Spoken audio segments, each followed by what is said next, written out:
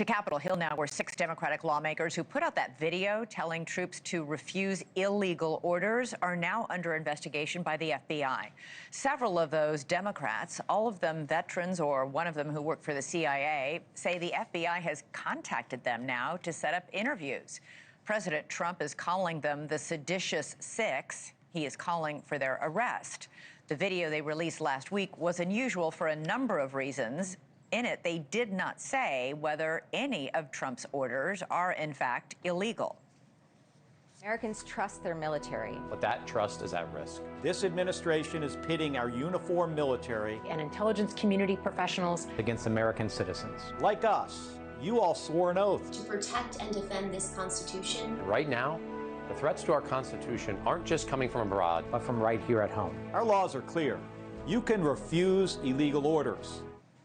Now, all of this comes a day after the Pentagon announced it is investigating Senator Mark Kelly of Arizona. He's a retired Navy captain, a fighter pilot, a former astronaut. The Pentagon Secretary Pete Hegseth is threatening to recall Kelly to active duty so that he can face court-martial proceedings. Let's go to NewsNation's Joe Khalil now, live for us on Capitol Hill. Joe, how are lawmakers responding to these to this outreach now from the FBI to all 6 that they have to now sit down for interviews? Are they under investigation formally by the FBI?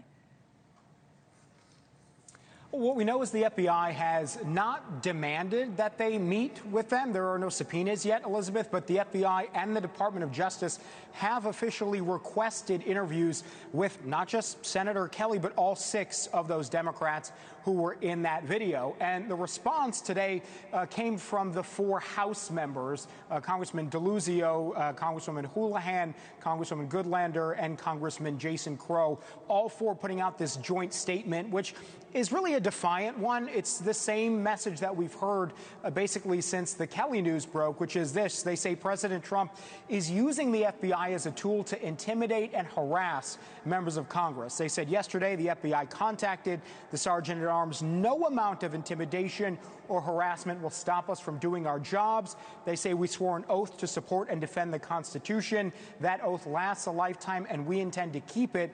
We will not be bullied, and we will not give up the ship. So it's unclear at this point how far this investigation is going to go, Elizabeth, but obviously a significant development here. The Department of Justice and the FBI deal in our criminal courts and the criminal justice system. Obviously, what Senator Mark Kelly is going through at the Pentagon, the military has its own system of justice here. But the fact that these investigations, that these probes are now expanding to include all of these members just shows that this is probably not going to be over anytime soon, even if these members and senators may very well have the law, the First Amendment, the speech and debate clause on their side, which allows members of Congress some level of protection from lawsuits if they're acting in their professional capacity. Still, it does appear like Secretary Hegseth doesn't want to let this go anytime soon, and apparently now the FBI and DOJ are getting involved in it. We should mention with Senator Kelly's case,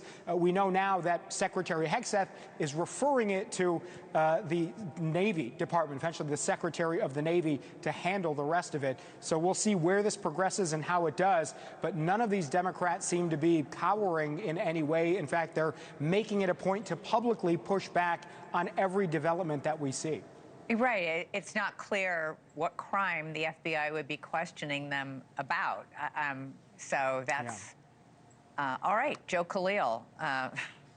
Daily developments on this story now happening. Thank you so much. Thank you for watching. Subscribe below and download our NewsNation app right now on your phone, and you will get fact-based, unbiased news for all Americans.